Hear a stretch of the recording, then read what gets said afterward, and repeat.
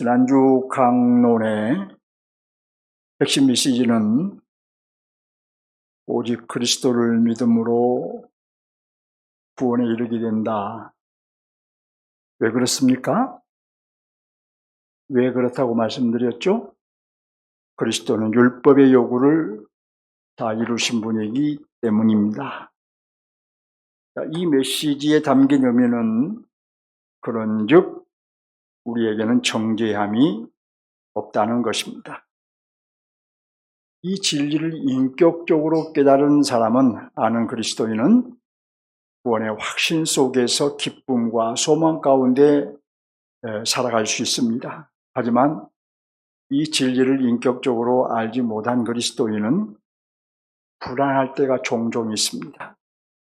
확신이 없으니 당연히 누려야 할 기쁨과 소망도 자신의 어떤 행위에 따라 크다가 적다가 또는 있다가 없다가 합니다. 내가 잘 살면 구원의 확신이 있어서 기쁨도 있고 소망도 있는데, 내가 좀 삶에 실패하게 되면 우리가 당연히 누려야 할 기쁨과 소망이 있기도 하고 없기도 하고 또 크기도 하고 작기도 하고 그렇게 됩니다. 다시 말씀드리지만 집 나간 탕자처럼 비참했던 우리를 하나님께서 그리스도를 통해서 구원해 주셨습니다. 그래서 사도는 그러므로 이제 그리스도 예수 안에 있는 자에게는 결코 정죄함이 없나니라고 단언한 것입니다. 지난주 본문에서 발견한 하나님의 나라는 그리스도 예수 안에, 이것이 특징인 나라였습니다. 저와 여러분은 그리스도 예수 안에서 선포된 하나님의 나라에 들어갔습니다. 또 그리스도 예수 안에서 우리는 하루하루를 살아가야 합니다. 주님을 닮아가는 성화도 그리스도 예수 안에서 가능합니다. 이미 받은 우리의 구원을 잘 보관 관리하는 것도 그리스도 예수 안에서 가능합니다. 우리의 손과 발과 생각과 마음 등 우리의 지체들을 죄에게 내어주지 않는 것도 그리스도 예수 안에서 가능합니다. 하나님 사랑도 그리스도 예수 안에서 가능하고 이웃 사랑도 그리스도 예수 안에서 가능합니다. 그리스도인으로서 성공적인 삶을 사는 것도 그리스도 예수 안에서 가능합니다. 우리가 새 땅에 들어가는 것도, 완성된 하나님의 나라를 받는 것도 그리스도 예수 안에서 가능합니다. 이 그리스도 예수 안에서 가능하다라는, 그리스도 예수 안에가 특징인 나라다라는 것을 지난주에 말씀을 드렸는데, 제가 이제 여러분에게 묻고 싶은 것은 과연 그리스도 예수 안에 여러분들이 서 있느냐는 겁니다.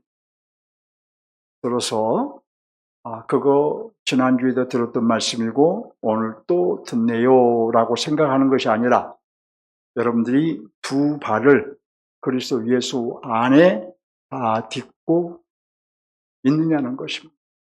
중요한 것은 그것이죠.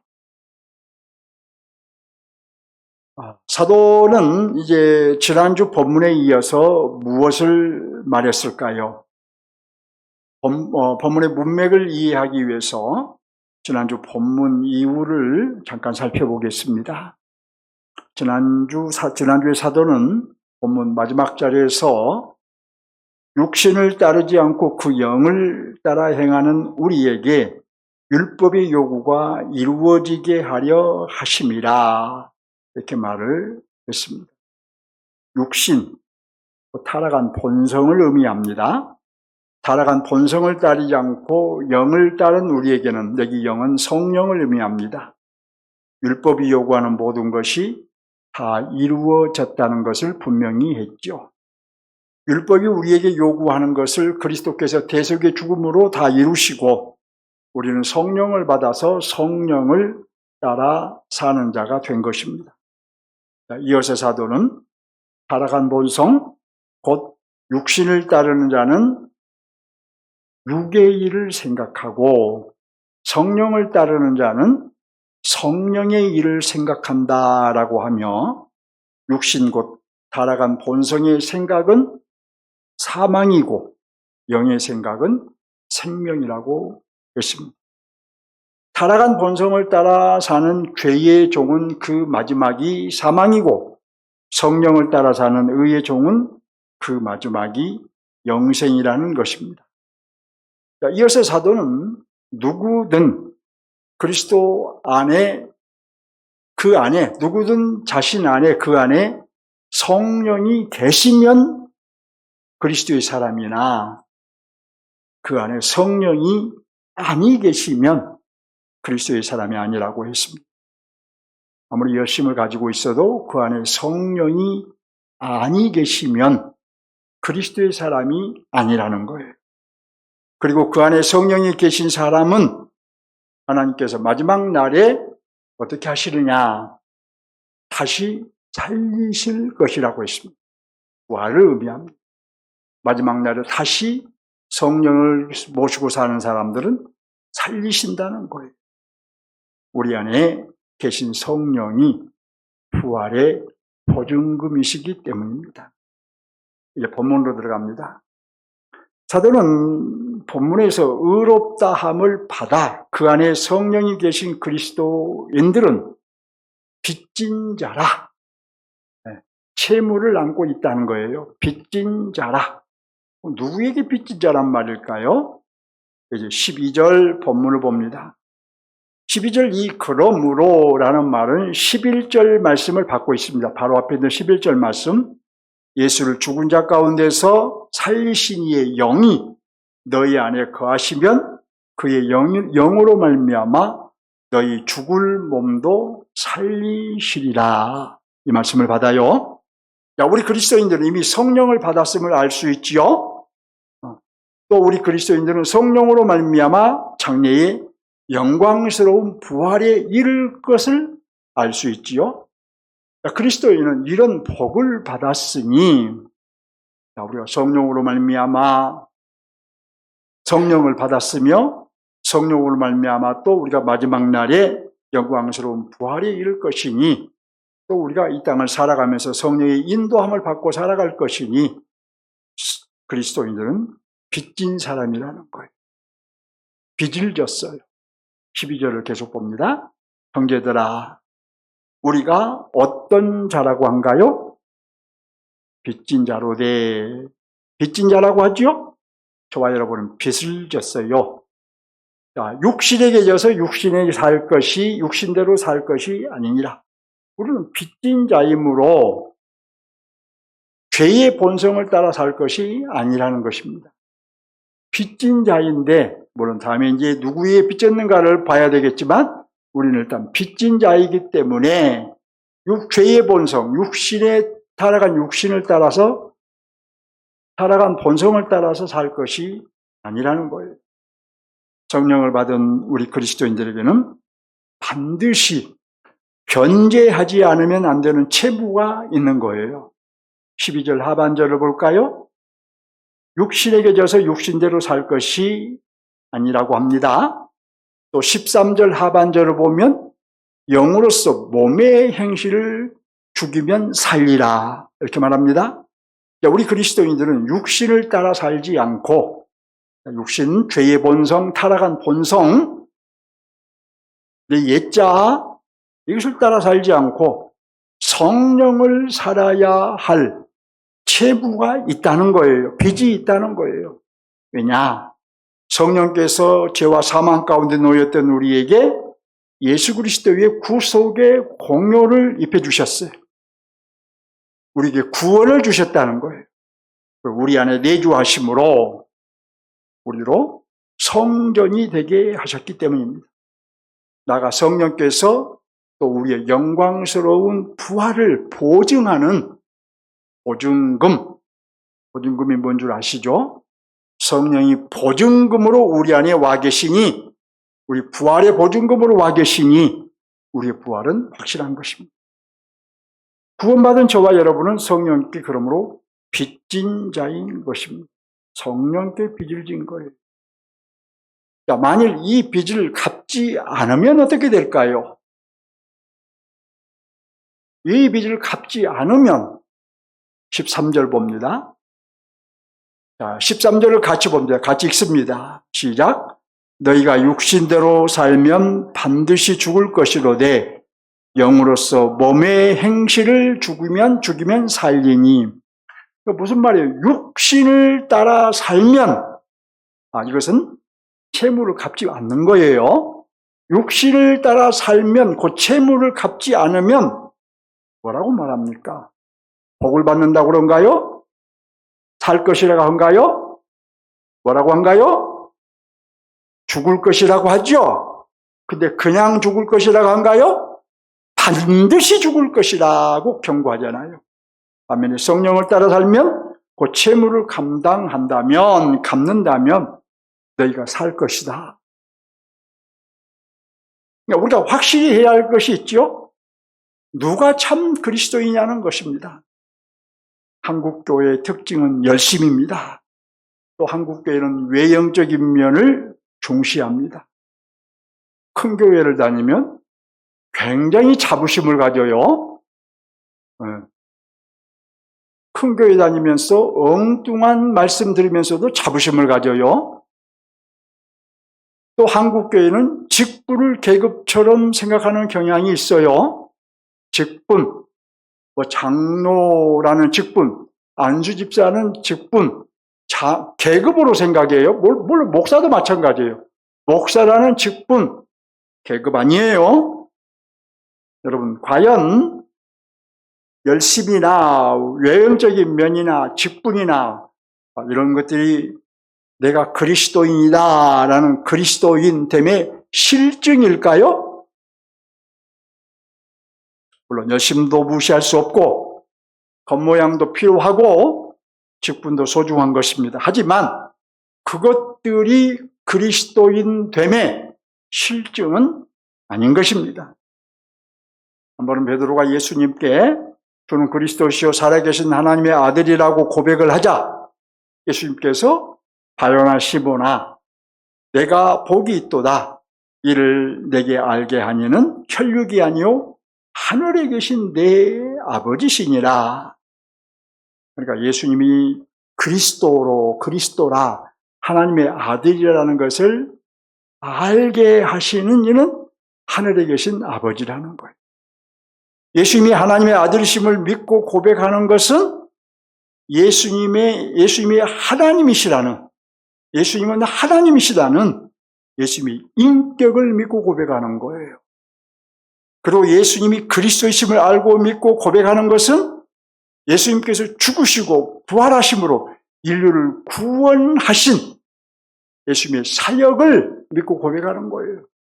따라서 예수님이 죽으시고 부활하신 후에는 예수님이 하나님이시라는 예수님의 인격과 예수님이 십자가에서 이루신 구원 사역을 믿는 믿음이 그리스도 영, 그 성령을 받는 믿음인 거예요. 여러분, 성령을 받는 믿음이 어떤 믿음이냐? 어떤 믿음으로 성령을 받느냐? 예수님이 하나님이심을 믿고 예수님의 죽음과 부활, 예수님의 사역을 믿는 믿음으로, 이 믿음으로 성령을 받는 거예요. 예수님이 그리스도이심을 믿는 믿음, 예수님이 하나님이심을 믿는 믿음, 바로 이 믿음으로 의롭다함, 곧 구원을 받고 성령을 받음으로 참 그리스도인이 되는 것입니다. 여러분, 이것을 분명히 하셔야 돼요. 그리스도인은 구원 곧 의롭다함을 받은 사람인데 그리스도인은 곧 성령을 받은 사람이에요. 그러면 성령을 받았다는 것을 어떻게 알 수 있을까요? 여러분은 성령 받았다는 것을 어떻게 알 수 있나요? 어떤 이는 방언을 해야 성령을 받았다고 하는데 여러분, 우리는 성령 받음을 어떻게 알 수 있을까요? 성경으로 돌아가서 보면 14절을 봅니다. 무릇 하나님의 영으로 인도함을 받는 사람은 곧 하나님의 아들이라. 성령으로 인도함을 받는 사람이 곧 하나님의 아들이라는 말이지요. 성령의 인도함을 받는 것이 곧 성령 받음의 실증. 성령의 인도함을 받는 것이 내가 성령을 받았다는 실증이에요. 곧 그리스도인이 되었다는 실증이라는 것입니다. 앞에서는 그리스도인됨의 실증을 성령 받음이라고 제가 말씀드렸는데, 여기에서는 한 걸음 더 나아가 성령의 인도함을 받는 것이라고, 그리스도인됨의 실증이라고 말씀을 드렸습니다. 자, 우리의 성령 받음은 하나님이 우리 안에 거주하심이 목적이에요. 하나님이 우리 안에 거주하셔요. 우리와 함께 하셔요. 그러니까. 또 성령의 인도하심을 받는 것도 목적이에요. 자, 우리 그리스도인들이 성령을 받으면 성령과 교통하며 살고, 또 성령의 통치를 받으며 살고, 또 성령의 가르침을 받는 등 성령의 인도하심을 받으며 사는 것도 우리가 성령 받음의 목적이라는 거예요. 그래서 그리스도인됨의 실증을 성령의 인도함을 받는 것이라고 표현한 것입니다. 자, 우리는 성령을 받은 자로서, 성령에 의해 그리스도의 공효를 입은 자로서 성령께서 우리의 구원을 만들어 주신 거예요. 그러니까 성령의 인도함을 따라 살아야 하는 채무가 있어요. 이 채무가 있는데 곧 성령께 빚진 자라는 것을, 채무가 있다는 것을, 성령께 빚을 진 자라는 것을 우리가 잊지 말아야 되겠죠. 우리는 다 성령께 빚을 졌어요. 빚은 갚아야 하는 것이죠. 떼먹으면 안 되죠. 빚은 갚아야 돼요. 그러면 우리가 받은 성령님은 어떤 분일까요? 이제 15절 봅니다. 너희는 다시 무수하는 종의 영을 받지 아니하고, 무슨 영을 받았다고 합니까? 무슨 영? 양자의 영을 받았으므로, 이 말은 너희는 양자의 영, 곧 성령을 받았으므로, 양자의 영이 따로 있는 거 아니에요. 성령을 의미해요. 우리가 아빠 아버지라고 부르짖느니라. 성령을 받았으므로 하나님을 아빠 아버지라고 부르는 거예요. 성령을 받지 않은 사람은 하나님을 아빠 아버지라고 부르지 못합니다. 불러라고 해도 못 불러요. 내가 너에게 이것을 해줄게. 예컨대 내가 너에게 10만 원을 줄게, 100만 원을 줄게. 하나님을 아빠 아버지라고 불러봐. 물론 그 돈 때문에 본받으려고 부르겠죠. 근데 그 마음에 진실함은 없어요. 진실함으로는 못 부르는 거예요. 성령으로 인하지 않고는 결국 못 불러요. 그러면 왜 사도는 성령을 양자의 영이라고 했을까요? 4절 하반절에 의하면 성령의 인도함을 받는 우리는 누구라고 한가요? 하나님의 아들임이라고 하죠. 우리를 하나님의 아들 되게 하신 분이 성령이에요. 이 성령의 사역을 강조하기 위해서, 우리를 아들을 만드시는 이 성령의 사역을 강조하기 위해서 양자의 영이라고 한 것입니다. 이와 비슷한 경우가 있어요. 성경에 에베소 1장 7절을 보면 성령을 지혜와 계시의 영이라고 표현합니다. 하나님과 하나님의 말씀을 알게 하시고 깨닫게 하시는 영이라는 점을 강조한 것이죠. 그러니까 성령을 양자의 영이라고 말하면 성령의 사역을 맞춤 형식으로 표현한 것이다. 이렇게 이해를 하시면 됩니다. 그러면 양자의 영이신 성령께서 하시는 일은 무엇일까요? 자, 주목하십니다.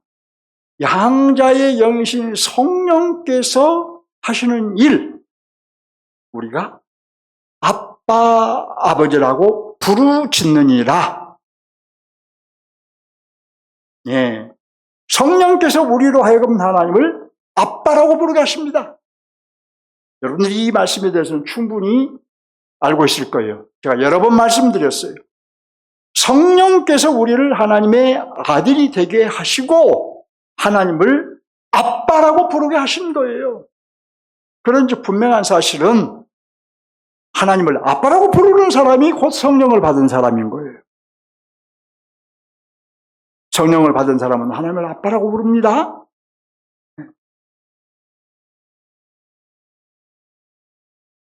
하나님을 아빠라고 불러요. 성령을 받은 사람만. 자, 이것이 성령의 인도하심 중 가장 소중한 것이죠. 그러니까 하나님을 생각할 때마다 하나님을 어떤 분으로 생각해야 돼요? 뭐 여러 가지 하나님에 대한 형용사가 붙을 수 있죠. 그러나 우리가 하나님을 생각할 때 나의 아빠이시다라고 생각을 하고, 믿습니까? 네, 나의 아빠이시다고 생각하고 기도할 때마다 하나님을 아빠라고 부르시기 바랍니다. 하나님 아빠. 여러분들이 기도할 때는 뭔가 여러분이 필요를 구하려고 기도하잖아요. 하나님 아빠 이렇게 부르세요. 네. 여러분 운전할 때나 길을 갈 때나 하나님을 생각할 때 하나님 아빠라고 부르시기 바랍니다. 언제나 여러분이 하나님을 생각할 때, 하나님을 부를 때 하나님은 나의 아빠이시다. 하나님 아빠 이렇게 생각하고 부르시라는. 근데 잘 안 부르죠. 제가 여러 번 말씀드렸는데 잊어버리죠. 우리가 너무 그동안 하나님 뭐 전능하신 하나님, 뭐 거룩하신 하나님, 뭐 이런 것들만 우리가 많이 들었지, 하나님이 아빠라는 사실에 대해서는 우리가 크게 인식을 하지 못하는데, 이제는 하나님을 아빠라고 부르시기 바랍니다. 대답을 잘 안 하시는데, 그래서 함께 불러봅니다. 하나님 아빠. 그렇게 불러가지고 뭐 하나님이 대답하시겠어요? 하나님 아빠. 그 정도는 안 돼요. 이 예배당 천정이 들썩들썩 하도록 불러보세요, 한번. 하나님 아빠. 하나님 아빠. 그렇게 부르면 하나님께서 우리를 향해서 다 응답하시고, 내가 그렇게 부르실 때, 여러분 어린 아이들을 생각해 보세요. 어린 아이들이 아빠. 얼마나 기분이 좋습니까? 아빠들은. 엄마들은 몰라 잘. 아빠들만이 알아요. 제가 전에도 말씀드리기를, 김민화 권사님은 이걸 모른다고 말씀드렸어요. 딸만 셋이니까. 근데 사위들이 요즘 어머니하고 불러주죠? 엄마라고 부르라고 그러세요. 자, 여러분. 지금 사도는 성령님의 인도하심을 매우 강조하고 있어요. 성령님은 양자의 영으로서 우리를 하나님의 아들이 되게 하셔서 우리로 하여금 하나님을 아빠 아버지라고 부르도록 우리를 인도하셔요. 이걸 지금 사도가 강조하고 있어요. 그럼 이어지는 16절과 17절에서도 계속 강조하는데 뭐라고 강조하는가 볼까요? 그러니까 참 그리스도인은 하나님이 자신의 아빠이시고 자신이 하나님의 자녀라는 사실을 알아요. 16절 봅니다. 성령이 친히 우리의 영과 더불어 우리가 하나님의 자녀인 것을 증언하시니, 성령이 우리의 영과 더불어 우리가 하나님의 자녀라는 것을 증언해요. 우리 안에 계신 성령님께서 나의 영과 함께 내가 성령을 받은 그리스도인이라는 것을 우리에게 확신시켜줘요. 너는 성령을 받은 그리스도인이냐라고 성령께서 우리의 영과 더불어 우리에게 확신시켜주죠. 구약에서는 여러분 증인이 둘 이상이어야 됐어요. 그런데 여기서도 성령님과 내 영혼이 증인인 것을 보지요. 구약의 그런 배경이 여기에 함께 깔려있다 뭐 표현할까요? 뭐 그런 의미가 그럴 수 있을 거예요. 자, 이렇게 하나님 자신이 하나님의 자녀임을 확신하는 사람은 두 가지 사실을 알면 됩니다. 또 알 필요가 있어요. 이것을 알면 위로가 되고 기쁨이 돼요. 얼마나 큰 위로인가? 17절 봅시다. 자녀이면 또한 상속자, 곧 하나님의 상속자요 그리스도와 함께한 상속자니. 여러분, 첫째로 우리는 하나님의 자녀인즉 하나님 나라의 상속자임을 알아야 돼요. 하나님 나라의 상속자. 자, 둘째로 하나님의 자녀로서 우리는 그리스도와 함께한 상속자임을 알아야 합니다. 그렇기 때문에 우리는 빚진 자의 삶을 살아야 됩니다. 빚진 자로서 빚을 갚는 삶을 살아야 된다는 것. 성령을 따라 살아야 하고 심지어 우리를 고난으로 인도하셔도 기꺼이 순종해야 합니다. 17절을 볼까요? 계속 봅니다. 17절을 우리가 그와 함께 영광을 받기 위하여 고난도 함께 받아야 할 것이니라. 상속자로서 그리스도와 함께 영광을 받기 위하여 우리는 고난도 함께 받아야 한다고 말하지요. 상속자가 되었으니 십자가의 길을 피하지 않아야 합니다, 여러분. 여기 고난을 받아야 된다는 것은 이제 고대 1세기 사회에서는 주님을 믿는다고 핍박하고 고난 받는 그런 것들을 두고 사도가 말했겠지만 결국 이것을 정리하면 십자가의 길을 피하지 않아야 돼요. 1세기 그리스도인들이 고난을 받는, 주님 때문에 고난을 받는 것은 십자가의 길을 가는 거예요. 그럼 우리도 십자가의 길을 피하지 않아야 돼요. 상속자가 되었으니 또 말씀에 순종해야 돼요. 상속자가 된 우리는 또 고난이 따라도 아까 말씀드린 대로 십자가의 길을 피하지 않아야 하고 또 말씀에 순종을 해야 합니다. 고난이 따라도 내가 십자가의 길을 가고자 하면 고난이 따를 수 있어요. 그래도 십자가의 길을 가야 돼요.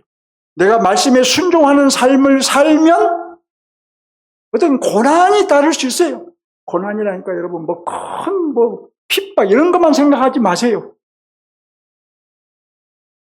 말씀에 순종하고자 하면 여러분들 손해도 좀 봐야 되고 십자가의 길을 가고자 한다면 여러분이 여러분 자신을 죽이기도 해야 되고 나를 죽여야 내가 누군가를 살리고 십자가의 길을 가는 거죠.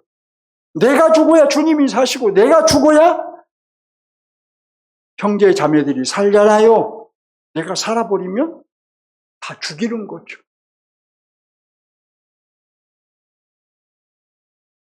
자, 그러면 우리가 상속자라 하면 무엇을 의미할까요?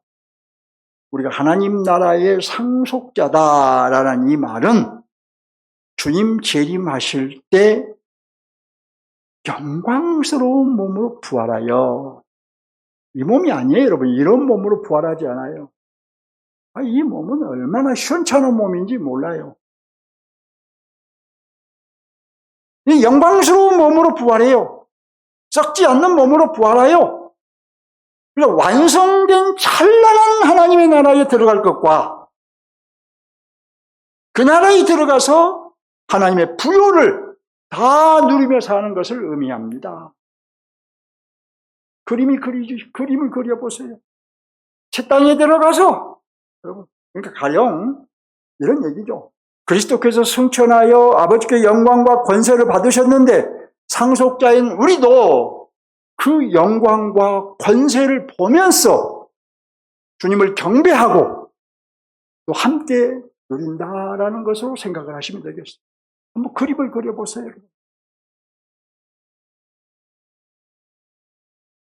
우리가 이 약속에 참여하기 위해 우리는 이 땅에서 고난도 함께 받아야 돼요.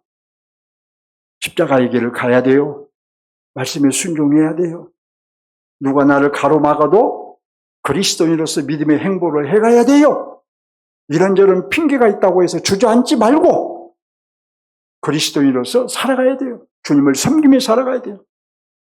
그리스도께서 이 땅에서 고난받으셨던 것처럼 우리도 이 땅에서는 고난을 받을 수 있는 거예요. 아니, 고난을 받아야 하는 거예요. 우리가 그리스도인으로 살고자 하면, 십자가의 길을 가고자 하면 고난이 따라요. 포기도 해야 되고, 양보도 해야 되고, 죽기도 해야 되고, 어떤 나를 내려놓기도 해야 되고, 그리스도와 그의 나라를 위해 기꺼이 고난도 받겠다는 그리스도인이 장래에 그리스도의 영광과 권세도 함께 누리게 되는 것입니다. 이런 면에서 그리스도 때문에 받는 고난은 복인 것입니다. 예, 그러니까 십자가의 길을 내가 지금 가고 있다면 그건 복이에요. 때로는 힘들지요. 어렵지요. 포기하고 싶지요. 그래도 그 길을 가고 있다면 그건 바로 복인 거예요. 말씀에 순종하며 사는 것은 그것이 바로 복인 거예요. 비교할 수 없는 복이에요. 예수님도 복이라 가셨어요. 의를 위하여 박해를 받는 자는 복이 있나니 천국이 그들의 것입니다. 하나님의 나라가 그들의 것입니다. 이 말이에요. 그래도 우리는 고난이 싫습니다. 하지만 사도는 이렇게 말합니다. 생각건대 현재의 고난은 장차 우리에게 나타날 영광과 비교할 수 없도다.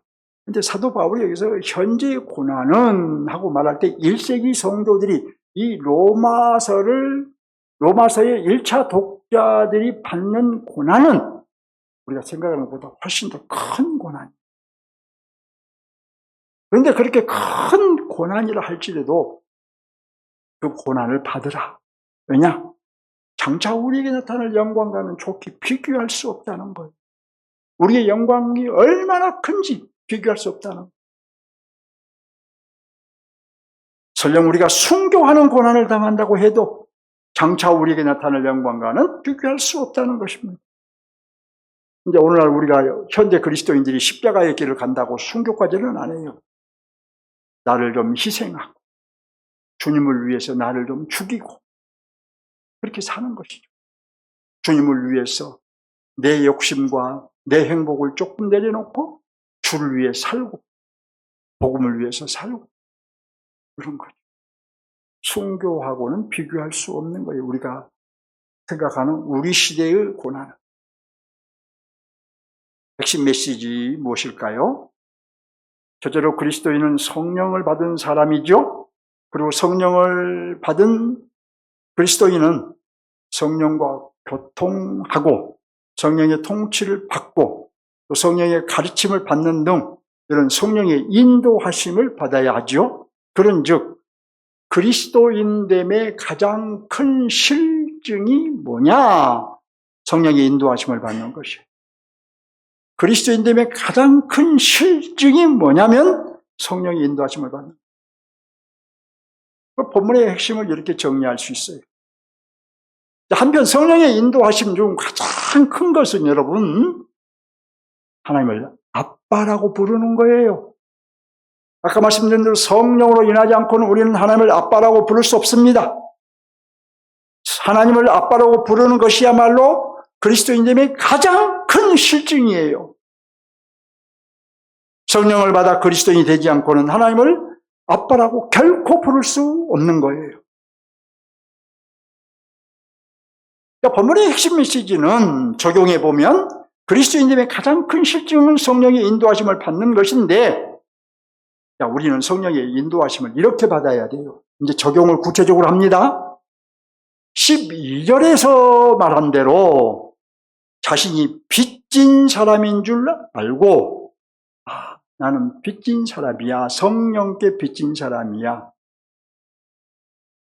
그 빚을 갚아야 되지 않겠어요? 어떻게 갚느냐? 육신을 따라 살지 않고 성령을 따라 살면 성령의 빚을 채무를 변제하는 거예요. 또 13절에서 말한 대로 육신을 따라 살면 죽는 줄 알고 성령으로 몸의 행실을 죽이며 성령으로 내 몸의 행실, 주님이 원치 않는 행실, 죄악된 행실들을 죽이며 살아야 한다. 그게 성령께 빚을 갚는 거예요. 14절에서 말한 대로 성령을 받아 성령이 인도하심을 받은 사람은 자신이 하나님의 아들인 줄을 알아야 돼요. 내가 하나님의 아들이다. 여성들도 하나님의 아들이에요. 왜? 여기서 하나님의 아들은 영광과 권세를 의미해요. 성을 의미하는 거 아니에요. 그러니까 내가 하나님의 아들로서 하나님을 섬기고 있다라는 것을 알아야 돼요. 내가 이것을 알고 인식하고 감사하며 사는 것이 바로 성령께 빚을 갚는 거예요.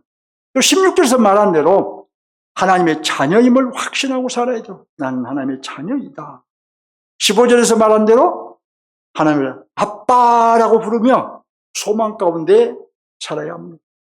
또 17절에서 말한 대로 하나님 나라의 상속자임을 감사하고 하나님의 나라를 우리에게 상속 주셨으니 이미 우리는 받은 것이나 다름없어요. 그러니 얼마나 감사합니까? 그리고 그리스도를 위해서라면 고난도 기꺼이 받겠다는 자세로 살아요.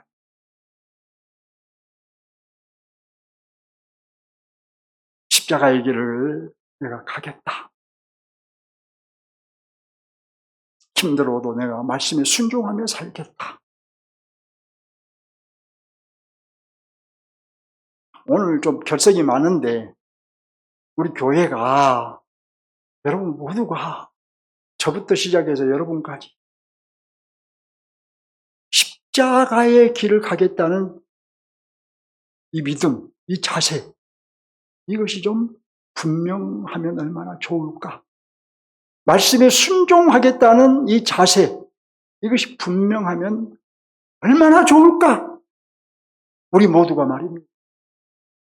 물론 몇몇 분들은 그렇게 살고 있습니다. 그렇게 살고자 합니다. 또 여러분 마음에 대부분 그런 마음이 있을 거예요. 그런데 좀 더 분명하게 그런 마음이 있으면 얼마나 좋을까? 저도 우리 장로님들도 우리 권사님들도 우리 모든 집사님들 다 우리 성도들이 내가 십자가의 길을 가겠습니다. 주를 위해서 좀 고난을 받아도 그 길을 가겠습니다. 내가 좀 손해를 봐도 이 길을 가겠습니다. 주님이 말씀하시면 그 말씀에 순종하겠습니다. 이런 자세가 분명하면 얼마나 좋을까. 또 우리는 성령의 인도하심을 이런 면에서도 받아야 돼요. 자, 먼저 성령께서 하신 일을 좀 볼까요? 보면 우리를 장성하매로 인도하십니다. 우리를 그리스도에게로 인도하십니다. 우리를 이기는 자가 되게 인도하십니다. 영적 싸움을 싸우도록 인도하십니다. 육체의 소욕을 따르지 않도록 인도하시고 성령의 소욕을 따르도록 인도하십니다. 자, 그렇기 때문에 성령께서 하시는 일에 순응해야 하기 때문에 이제 다음과 같은 점을 진지하게 적용해야 합니다. 부정적인 면에서 말을 하겠습니다. 자기 주장을 내려놓지 않는 것, 성령의 인도하심을 받지 않는 거예요. 자기 주장을 내려놓는 것이 성령의 인도하심을 받는 것이죠. 영적 성장을 추구하지 않는 것, 성령의 인도하심을 받지 않는 거예요. 성령을 성장하게 인도하십니까? 그리스도께 가까이 가지 않는 것, 성령의 인도하심을 받지 않는 것입니다. 이기는 자가 되려고 하지 않는 것, 영적 싸움을 싸우지 않는 것, 성령의 인도하심을 받지 않는 거예요. 주님을 왕으로, 주인으로 인정하지 않는 것, 그래서 내가 주인 되고 왕이 되어 사는 것, 성령의 인도하심을 받지 않는 거예요. 주님께 묻지 않고 내 생각대로, 내 계획대로 결정해버리는 것, 성령의 인도하심을 받지 않는 거예요. 성령께서 나를 인도하기를 원하시는데 내 생각대로 해버려요. 내 계획대로 해버려요. 성령의 인도하심을 받지 않는 거예요. 여러분은 성령의 인도하심을 받고 있나요? 성령님은 특별히 말씀과 함께 인도하셔요. 말씀과 함께. 또 말씀을 통해 인도하십니다. 그러니 말씀을 갖지 않으면, 말씀을 가까이 하지 않으면 성령의 인도하심을 받을 방법이 없는 거예요. 또 하나 말씀드린다면, 우리가 기도하고 성령님을 의지할 때에, 또는 하나님을 의지할 때에 우리에게 지혜를 주시고, 또 통찰력을 주시고, 또 판단력을 주십니다. 그러니까 말씀을 가까이 하고, 또 어떤 문제가 있으면, 어떤 문제를 놓고 있으면 그걸 놓고 기도하신 다음에 주님이 주신 지혜와 통찰력과 판단력을 발휘해서 일을 해가야 되겠죠. 우리가 성령의 인도하심을 받는 것은 우리 그리스도인들만 누릴 수 있는 복인 것입니다. 아멘. 이제 하나님 나라 관점에서 적용을 합니다. 서신서의 하나님 나라는 선포된 하나님의 나라이죠. 그러면 오늘 본문의 하나님의 나라는 하나님 나라의 어느 면을 보여주고 있을까요? 우리가 핵심 메시지에서 알 수 있듯이 하나님 성령의 인도하심을 받는 나라입니다. 여러분, 이 나라는 여러분이 짐작하겠지만 세상 나라와 반대되는 나라예요.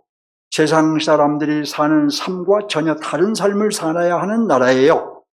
그동안 어쩌면 우리가 살아왔던 삶과도 반대되는 삶을 살아야 하는 나라입니다. 우리가 성령의 인도하심을 받지 않고 살았다면 이제는 성령의 인도하심을 받는다는 것은 그동안 내가 살아왔던 삶과는 반대의 삶을 살아야 하는 나라라는 거예요.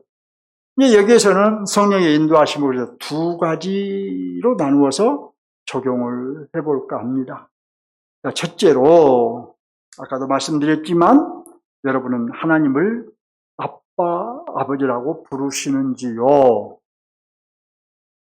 하나님은 우리 아빠가 되셨으며 우리는 하나님의 자녀가 되었습니다. 따라서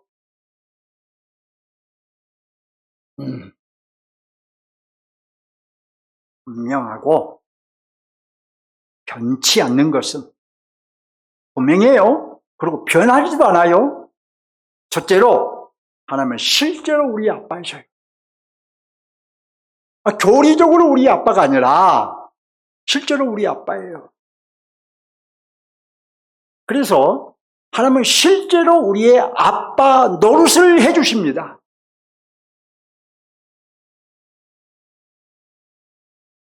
둘째로, 우리는 성령의 인도하심으로 어떤 상황에서도 또는 어떤 문제 앞에서도 하나님을 아빠라고 부르짖을 수 있어요. 그러면 그때마다 하나님께서 우리 아빠 노릇을 해주세요. 이게 성경의 약속이에요. 전능하신 하나님 아빠에게 여러분의 상황을 다 아뢰시기 바랍니다. 다 아뢰세요. 셋째로, 우리 아빠이신 하나님은 결코 우리의 부르짖음을 외면하지 않으십니다. 내가 환난 중에 여호와께 부르짖었더니 내게 응답하셨도다. 여러분, 시인에게 응답하신 하나님께서 어찌 자기를 아빠라고 부르는 저와 여러분에게 응답하지 않으시겠습니까? 하나님을 아빠라고 부르며 하나님의 아빠 노릇 해주심을 누리시기 바랍니다. 누리세요. 이 복을 누리세요. 자, 둘째로 하나님 나라 관점에서 적용해보고자 한 것은, 여러분 성령을 소멸하지 않으신가요? 성령을 근심하게 하지는 않나요? 육체의 소욕을 따르지 않고 성령의 소욕을 따르고 있나요? 데살로니가전서 5장 19절에 의하면 그리스도인은 성령을 소멸하지 않아야 하는 사람입니다. 또 에베소서 4장 30절에 의하면 그리스도인은 성령을 근심하게 하지 않아야 하는 사람입니다. 또 갈라디아서 5장 17절에 의하면 우리는 육체의 소욕을 따르지 않고 성령의 소욕을 따라야 하는 사람입니다. 에베소서 4장 22절과 24절에 의하면 우리는 옛사람을 벗어버리고 새사람을 입어야 하는 사람이에요. 그럼 이 말씀들의 의미가 무엇일까요? 실제로 성령을 소멸하지 않는다. 성령을 소멸하지 않아야 한다 하면 성령께서 나에게 역사하실 때에 찬물을 끼얹지 말라는 거예요. 그러니까 불이 일어나는데 그래서 찬물을 끼얹어 버리면 불이 소멸되잖아요. 성령께서 우리에게 역사하실 때에 찬물을 끼얹지 말라는 거예요. 가령 성령께서 나에게 말씀하시는데 그 말씀을 좀 듣고 생각하고 순종하려고 하지 않고 분명히 성령께서 나에게 말씀을 하셔요. 말씀을 통해서 말씀하셔요. 지금도 여러분에게 말씀하셔요. 그런데 그 말씀을 이런지하에 거절해버리는 것, 찬물을 끼얹는 거죠. 성령을 소멸하는 거죠. 성령을 소멸하지 마시기 바랍니다. 둘째로 성령을 근심케 하지 않아야 한다 하면 내 안에 계신 성령께서 나로 인해 탄식하게 하지 말라는 의미예요. 가령 나의 말과 나의 행동이 불경건하면 성령님은 그런 나를 보시고 탄식하십니다. 자신을 잘 살펴서 성령을 근심케 하지 않아야 되겠죠.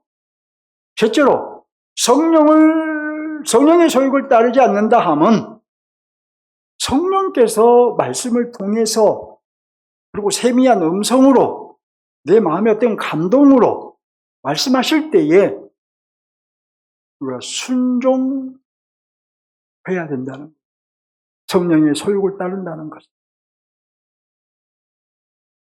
가령 우리는 보통 내 육체가 원하는 바를 따릅니다. 이거 우리가 지금까지 살아왔던 대부분 우리 삶의 모습이에요. 육체가 원하는 바를 따라요. 우리는 성령의 소욕과 성령께서 원하시는 바를 따라야 된다는 거예요. 성령께서 분명 나에게 이런 말씀을 하시고 이런 감동을 주시고 주일이면 여러분에게 감동을 주시고 분명 이렇게 하라고 말씀하시는데도 예배당만 나가면서 잊어버리고 그때부터는 이제 내 생각대로 내 마음대로 살아버려요. 성령의 소욕 거절하지 마시기 바랍니다. 육체의 소욕을 따르지 말고 성령의 소욕을 따라 사는 저와 여러분이 꼭 되었으면 좋겠습니다. 말씀을 맺습니다. 본문의 핵심 메시지는 그리스도인됨의 가장 큰 실증은 성령의 인도하심을 받는 것이라. 사도가 말한 대로 우리는 성령께 빚진 사람인 줄 알고 육신을 따라 살지 않고 성령을 따라 살아야 합니다. 육신, 곧 타락한 본성을 따라 살면 죽는 줄 알고, 반드시 죽는 줄 알고 성령으로 몸의 행실을 죽이며 성령의 능력으로 내 몸의 행실을, 거룩하지 못한 행실을, 죄악된 행실들을 죽이며 살아야 된다는 거예요. 하나님의 자녀임을 확신하고 살아야 하고 무엇보다 하나님을 아빠, 아버지라 부르며 그 하나님의 부요하심을 누리며 살아야 합니다. 하나님 나라의 상속자임을 감사하고 그리스도를 위해서라면 고난도 기꺼이 받겠다는 자세로 살아야 합니다.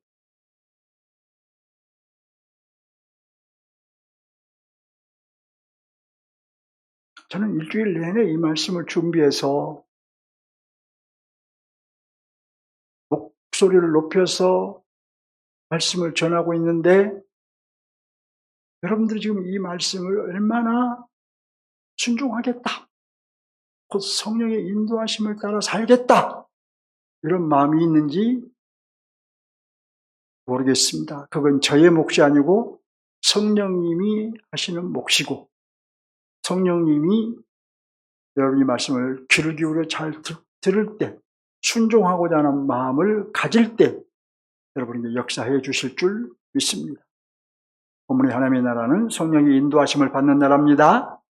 하나님을 아빠 아버지라 부를 수 있어요. 우리는 성령을 소멸하지 않아야 하고 성령을 근심케 하지 않아야 하고 성령께서 여러분에게 좀 이렇게 했으면 좋겠다, 이렇게 하라라고 여러분 인도하시면 그 성령의 역사를 소멸하지 말라, 찬물을 끼얹지 마시라는 거예요. 육체의 소욕을 따르지 않고 성령의 소욕을 따라요. 성령께서 인도하시는 걸 따라야지. 내 계획대로, 내 생각대로 성령의 소욕은 그냥 내팽개치고 내 생각도 내 계획대로 따르지 말라는 거예요. 어떤 상황에서 하나님을 아빠라고 부르며 기도하시기 바랍니다. 그리고 그걸 누리시기 바랍니다. 성령께서 역사하실 때 찬물을 끼얹지 말고 순종하시고 불경건한 언행으로 성령을 근심케 하지 말고 성령께서 말씀을 통해서 그리고 세미한 음성으로 여러분이 말씀하실 때 순종하시고 성령의 인도하심을 따라 살아야 하는, 그래서 성령께 빚을 갚아요. 그런 그리스도인이다. 이것이 나 스스로에게도 그리고 너에게도 주변 사람에게도 또 하나님 앞에서도 내가 그리스도인이다 라는 실증을 증명하는, 그리스도인이라는 것을 증명하는 거예요. 여러분이 성령을 따라 살면 저는 여러분이 그리스도인이라는 것을 금방 알아버려요. 그러나 여러분이 성령을 따라 살려고 육체의 소욕을 따라 살면 여러분이 그리스도인지 아닌지 잘 제가 파악을 못해요. 우리가 하나님 앞에서도 내가 성령을 따라 살면 하나님은 너는 그리스도인이다, 너는 분명히 그리스도인이다 라고 인정해 주셔요. 그래서 우리는 하나님 앞에서도 내가 성령을 따라 삶으로 나는 성령을 받은 그리스도인이라는 것을 증명해야 돼요. 증명하시기 바랍니다. 하나님을 향해 한 걸음 더 나갑시다.